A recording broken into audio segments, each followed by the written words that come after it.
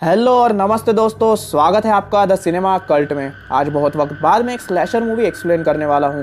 तो आज मैं एक्सप्लेन करूंगा 2009 में स्लैशर हॉरर मूवी सोरोरिटी रो को। और ये मूवी 1982 में द हाउस ऑन सोरोरिटी रो की रीमेक है। ज़्यादातर रीमेक अच्छे नहीं होते, पर लकीली ये रीमेक बढ़िया है, इसलिए मैंने इसे एक्सप्लेन करने के लिए चुना। IMDb पे से मिला है 5.2 आउट ऑफ 10 स्टार्स और इसका मेटाक्रिटिक स्कोर है 24%। पर इस पर मत जाओ, सड़े हुए टमाटर पर यह है 27% फ्रेश विथ 32% ऑडियंस स्कोर, पर इस पे भी मत जाओ। सो अभी बिना किसी देरी किए रोल द इंट्रो।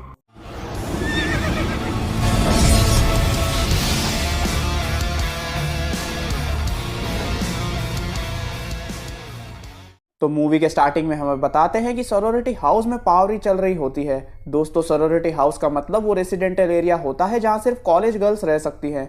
यहाँ सोरोरिटी गर्ल्स को थेटा पाई के नाम से जाना जाता था और यहाँ की सोरोरिटी में लड़कियाँ एक दूसरे को सिस्टर्स कहकर बुलाती है। उसी हाउस में 5 सीनियर्स एडी, क्लेयर, चग्स, जेसिका और कैसिडी ऊपर के कमरे में सेलिब्रेट कर रहे होते हैं।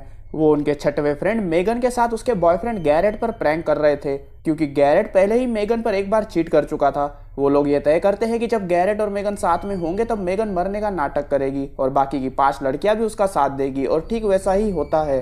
गैरेट मेगन की बिगड़ती हालत देखकर बाकी 5 लड़कियों को बुलाता है और खुद नीचे कार लेने चला जाता है।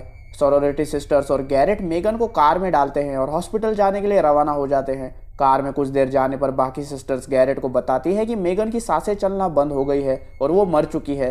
तो वो लोग वहीं पास के सुनसान जगह पर गाड़ी रोक लेते हैं। यहाँ नशेड़ी गैरेट की हालत डर के मारे और ख़राब होते जा रही थी और उन लड़कियों को ये देखकर मज़ा आ रहा होता है।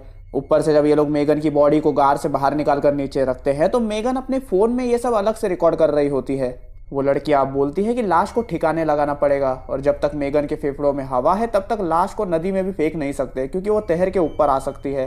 फेफड़ों से हवा निकालने के लिए ये सब लड़कियां नोकीला पत्थर ढूंढने का नाटक करती है। मतलब वो सब नोकीले पत्थर से मेगन के टुकड़े करेंगे। उसी वक्त गैरेट हड़बड़ाहट में अपनी गाड़ी से एक टायर आयरन निकालता है और सीधा मेगन की छाती में घोंप देता है और मेगन बी लाइक छाती फोड़। ये दृश्य देखकर सारी लड़कियों के पैरों के नीचे से जमीन खिसक जाती है, क्योंकि ये उनके प्लान का हिस्सा बिल्कुल भी नहीं था और मेगन उसी वक्त तड़प तड़प कर नर्क सिधार जाती है। अब ये सब लोग पहले तो पुलिस को बुलाने का विचार करते हैं, पर जेसिका कहती है कि इससे इन सब की लाइफ खराब हो जाएगी और फिर वो लाश को ठिकाने लगाने का और ये घटना किसी को भी न कहने का प्रस्ताव रखती है। और फिर क्या, और खुली बाहों से स्वागत हुआ इस विचार का। पर कैसिडी को ये गलत लगता है तो वो गुस्से में वहां से चली जाती है। बाकी की 4 लड़कियां मेगन की लाश को कैसिडी का जैकेट पहनाकर पास के एक पुराने कुएं में फेंक देते हैं एंड उसी के साथ वो लोग मेगन का फोन और वो टायर आयरन भी वहीं फेंक देते हैं।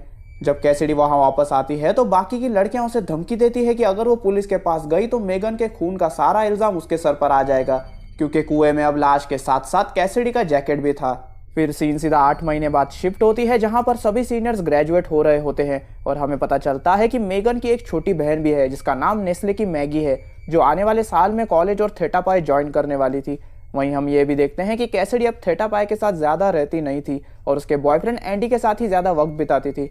हम ये भी नोटिस करते हैं कि जब भी एंडी कैसिडी से थेटा पाई के साथ ना रहने की वजह और मेगन के लापता होने के बारे में पूछता है तो कैसिडी उससे दूसरी बात करने को कहती है। यहाँ हम और 3 कैरेक्टर से इंट्रोड्यूस होते हैं, जिसमें पहली है सोरोरिटी की हाउस मदर मिसेस क्रेनशॉ और जेसिका और क्लेयर के बॉयफ्रेंड्स काइल और मिक्की। वो सब लोग आज रात में एक पार्टी करने का प्लान कर रहे होते हैं। उसी वक्त इन 5 लड़कियों के फोन में एक साथ गैरेट के नंबर से मैसेज आता है, जिसमें वही खूनी टायर आयरन की पिक होती है।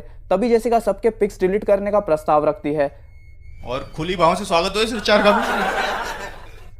आगे हम देखते हैं कि चग्स एक डॉक्टर के पास अपॉइंटमेंट के लिए आई होती है। डॉक्टर को मिलने से पहले वो वॉशरूम जाती है एंड उसी दौरान एक हुडी और ग्रेजुएशन शॉल पहना हुआ शख्स वहां आता है और डॉक्टर जैसे ही उसकी तरफ देखता है वह आदमी सीधा डॉक्टर के भेजे में टायर आयरन फेंक कर डॉक्टर को मार देता है। पर इस टायर आयरन को उसने किनारों पर ब्लेड्स लगाकर मॉडिफाई किया हुआ था। कुछ देर बाद चग्स वॉशरूम से निकलती है और डॉक्टर के न मिलने पर एक बियर की बोतल उठाकर सोफे पर लेटकर उसका सेवन करती है। तभी वो किलर वहां आकर बोतल को चग्स के मुंह में घुसेड़कर अपने मॉडिफाइड टायर आयरन से उसका गला काट देता है। दूसरी तरफ हम क्लेयर और जेसिका को शावर के बाहर बात करते देखते हैं। क्लेयर कहती है कि उसे अभी भी उस मैसेज का टेंशन हो रहा है और उन्होंने ही मेगन को मारा है, ये बात अभी तक उसे हजम नहीं हो रही। ये बात उनकी एक जूनियर लड़की जो कि बगल में शावर ले रही थी वो सुन लेती है, पर जेसिका और क्लेयर बिना ये बात जाने वहां से चले जाते हैं। पर इससे पहले वो जूनियर लड़की ये सीक्रेट किसी और को बता पाती, वो किलर उसी शावर में घुसकर अपने मॉडिफाइड टायर आयन को उसके गले से घुसेड़कर मुंह के अंदर डाल देता है। अभी शायद आप सोच रहे होंगे कि उस डॉक्टर का या इस लड़की का तो मेगन के मर्डर से कुछ लेना देना भी नहीं था, फिर किलर ने उन्हें क्यों मारा? तो ये सीक्रेट जानने के लिए मूवी में बने रहिए। फिर पार्टी शुरू हो जाती है और क्लेयर अभी भी टेंशन में होती है। वो गुस्से में आकर मिक्की से ब्रेकअप करके वहां से चली जाती है क्योंकि वो उसके साथ छिचोरों वाली हरकतें कर रहा था। तो ठरकी मिक्की क्लेयर को ढूंढते ढूंढते एक अंधेरे कमरे में आता है। वहां किलर उसके पैर में एक लकड़ी का टुकड़ा घुसा देता है। मिक्की बचने के लिए फूड एलिवेटर से नीचे जाने की कोशिश करता है पर उसके मोटापे के कारण वहीं अटक जाता है और किलर को यही मौका तो चाहिए था। वो आराम से जजमेंट लेकर दीवार के पार से टायर आयन के ब्लेड को उसके गले में चीर देता है और मिक्की वहीं लटकता हुआ मारा जाता है। पर ये सब छुपके से एली देख लेती है और जाकर बाकी सिस्टर्स को बता देती है। तभी उनको अपने मोबाइल पर एक और एमएमएस आता है जिसमें मेगन को मारने वाली वीडियो क्लिप थी और साथ में लिखा था 20 मिनट में हत्याकांड वाली लोकेशन पर आ जाओ वरना ये वीडियो पुलिस के पास होगा। जिसके बाद सब सिस्टर्स कार में बैठकर मर्डर स्पॉट पर जाते हैं। गाड़ी से उतरते ही उनके सामने गैरेट आ जाता है और उसके हाथ में खून, चाकू और वही जैकेट होता है जो मेगन को पहनाया था। ये देखकर जेसिका फिर से कार में बैठ जाती है और बिल्कुल सैल्मन बॉय की स्टाइल में स्वागत तो करो हमारा बोलकर सीधा गैरेट के ऊपर गाड़ी चढ़ा देती है। अरे सलमान। फिर वो देखते हैं कि गैरेट ने वो कांच के टुकड़े से खुद ही की नस काटी थी और वो सुसाइड करने की कोशिश कर रहा था और उन्हें उसका फोन चेक करने पर पता चलता है कि गैरेट को भी कोई सेम मैसेजेस से ब्लैकमेल कर रहा था। अब उनको शक होता है कि शायद मेगन जिंदा है और उनसे बदला ले रही है। तो मेगन की लाश चेक करने के लिए कैसिडी वेल के अंदर उतरती है। उसे वहां मेगन की लाश तो नहीं मिलती पर दीवार पर खून से लिखा था कि थेटा पाए को मरना होगा। फिर वो सब सोरोरिटी हाउस में जाते हैं और वहां चक्स के मोबाइल से उन्हें एक मैसेज रिसीव होता है कि वो पार्टी में नहीं आ पाएगी क्योंकि वो मर चुकी है, जिससे उनकी हालत और खराब हो जाती है। उसी वक्त किलर क्लेयर के पैर में पूल की केबल वायर डाल के उसे पूल में खींच लेता है और बेरहम होकर क्लेयर के मुंह में पबजी की फ्लेयर गन फायर कर देता है, जिससे क्लेयर की बड़ी ही दर्दनाक मौत होती है। दूसरी तरफ वहां मिसेस क्रेनशॉ और नेस्ले मैगी यानी कि मेगन की छोटी बहन आ जाते हैं। जेसिका को यह भी पता चलता है कि काइल जो कि उसका बॉयफ्रेंड है नेस्ले मैगी के साथ चक्कर चला रहा था and Yippee noodles and Nestle Maggi के बीच लड़ाई जेसिका और मैगी के लड़ाई के दौरान मिसेस क्रेनशॉ को भी मेगन के मर्डर के बारे में सब पता चल जाता है और वो सिस्टर्स को अंदर छुपकर पुलिस को कॉल करने के लिए कहती है। पर यहाँ कमाल की बात तो ये थी कि मिसेस क्रेनशॉ इन लड़कियों को सजा दिलवाने के बजाय बचाने की कोशिश कर रही थी ताकि उनके सोरोरिटी हाउस का नाम न खराब हो। वाह। इसलिए मिसेस क्रेनशॉ अपनी शॉटगन से उस किलर को मारने की कई कोशिश करती है पर किलर का निशाना मिसेस क्रेनशॉ से ज्यादा अच्छा था। वो टायर आयन फेंक कर मिसेस क्रेनशॉ को भी मार देता है।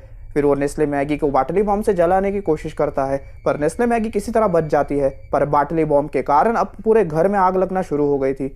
जेसिका कैसिडी के साथ उसके चीटर बॉयफ्रेंड को ढूंढ लेती है पर काइल बोलता है कि उसका बाप पॉलिटिशियन है एंड उनके कांड के कारण वो अपने बाप का नाम खराब नहीं होने देगा, इसलिए वो उन्हें जान से मार देगा। जिसके बाद उनके बीच में झगड़ा होता है और मारपीट शुरू हो जाती है जिसमें जेसिका अनकॉन्शियस हो जाती है। काइल कैसिडी को पकड़कर जान से मारने से पहले बोलता है अब तुम्हें कौन बचाएगा, अब तो तुम्हारा बॉयफ्रेंड भी यहाँ नहीं है। तभी पीछे से आवाज आती है वो यही है और एक कुल्हाड़ी सीधा काइल के सर में आके घुसती है जिससे वो वहीं टपक जाता है। तभी जेसिका भी होश में आ जाती है और फिर कैसिडी और जेसिका दोनों को एंडी पर शक होता है। जेसिका इसके बारे में बोल ही रही थी कि तभी एंडी वो मॉडिफाइड टायर आयन सीधा जेसिका के मुंह के अंदर घुसेड़ देता है एंड यहाँ खुलता है मूवी का असली सस्पेंस। इन सारे मर्डर्स के पीछे एंडी ही था। एंडी कैसिडी को बोलता है कि ये सब उसने कैसिडी के लिए ही किया क्योंकि अगर इनमें से कोई भी पुलिस को कुछ बोलता तो कैसिडी भी जेल में जाती जो वो अफोर्ड नहीं कर सकता था। और वो ये भी बोलता है कि उनका ये सोरोरिटी सिस्टर्स वगैरह सब बकवास है और एक ढोंग है। वो कहता है तुमने कसम खाई थी कि ये सीक्रेट तुम किसी को नहीं बताओगे, जबकि एली ने ही सबसे पहले एंडी को मेगन के कांड के बारे में बता दिया था। पर एंडी कैसिडी से प्यार करता था जिस वजह से उसने ये सब किया। दरअसल एंडी एक साइको आशिक कम सीरियल किलर था और अब बस एली ही उसके शिकार के रूप में बची थी। कैसिडी एंडी से चालाकी से छुटकारा पाकर एली को बचाने की कोशिश करती है पर यह बात एंडी को सहन नहीं होती और अब वो कैसिडी को भी मारने के पीछे पड़ जाता है। वो कैसिडी और नेस्ले मैगी को मारने ही वाला होता है पर उसके पहले एली मिसेस क्रेनशॉ की शॉटगन से उसके सीने में होल कर देती है। तो एंडी बोलता है छाती फोड़। तभी फ्लोर की लकड़ी आग के कारण टूट जाती है और एंडी वही नर्क की आग में गिर के मारा जाता है। जिसके बाद सीन सीधा 15 महीने बाद शिफ्ट होती है जहां हम देखते हैं कि थेटा पाई हाउस जो जल गया था उसे फिर से रिनोवेट कर दिया गया था और नेस्ले मैगी भी अपनी स्टडीज के लिए वहां आ चुकी थी। तभी उसी के बाहर एक शख्स पर कैमरा फोकस होता है जिसके हाथ पर नस कटने का निशान था। तभी स्क्रीन ब्लैकआउट हो जाती है और मूवी वहीं खत्म हो जाती है। अब वो शख्स और कोई नहीं बल्कि गैरेट ही होगा, क्योंकि उसी ने अपनी नस काटी थी और शायद जेसिका के सैल्मन बॉय की तरह गाड़ी चढ़ाने के बाद भी वो जिंदा बच गया, जो शायद अब कैसिडी, एली और नेस्ले मैगी के पीछे जाए। पर वो तो इसके सेकंड पार्ट में ही पता चलेगा, जो अभी तक इतने सालों से नहीं आया है। अब मैं सच कहूँ तो मूवी बहुत ही अच्छी है, इसमें किलर के खून करने का तरीका भी बढ़िया है। पर मुझे सिर्फ एक चीज़ थोड़ी पसंद नहीं आई कि किलर एक ऐसा बंदा था जिसका मेगन के खून के साथ कुछ लेना देना ही नहीं था। मेरा मतलब, अगर किलर कोई ऐसा होता जो मेगन से प्यार करता था या उसका कोई रिलेटिव होता जैसे बाप या भाई, तो स्टोरी में थोड़ा और दम आता। बट फिर भी मूवी अच्छी थी। एंड इसी के साथ ये था मेरा सोरोरिटी रो का complete explanation with theories and details. और मुझे उम्मीद है कि आपको ये मूवी ज़रूर पसंद आई होगी। तो अगर मूवी और एक्सप्लेनेशन पसंद आया है तो बिना ज़्यादा सोचे सीधा उस लाइक बटन को ठोक दो। आपको एक्सप्लेनेशन कैसा लगा मुझे कमेंट सेक्शन में बताओ। इस वीडियो को अपने दोस्तों के साथ शेयर करो, और अगर चैनल पर नए हो तो चैनल को सब्सक्राइब करके बेल नोटिफिकेशन आइकन भी दबा दो, ताकि मेरी न्यू वीडियो जैसे ही रिलीज हो तो आपको सबसे पहले नोटिफिकेशन मिले। एंड अगर आपको जानना है कि मेरी आने वाली वीडियोस किस मूवी पर होगी या आपको वेज मीम्स देखना पसंद है तो मुझे इंस्टाग्राम पे फॉलो करो। एंड अगर आपको मेरी प्रीवियस मूवीज की लिंक चाहिए तो मेरे टेलीग्राम चैनल को सब्सक्राइब करो। दोनों का लिंक आपको डिस्क्रिप्शन में मिल जाएगा। अब इसी के साथ मिलता हूँ मैं आपसे अगली वीडियो में, और तब तक के लिए स्टे विद द कल्ट। और खुली बाहों से स्वागत हुआ इस विचार का।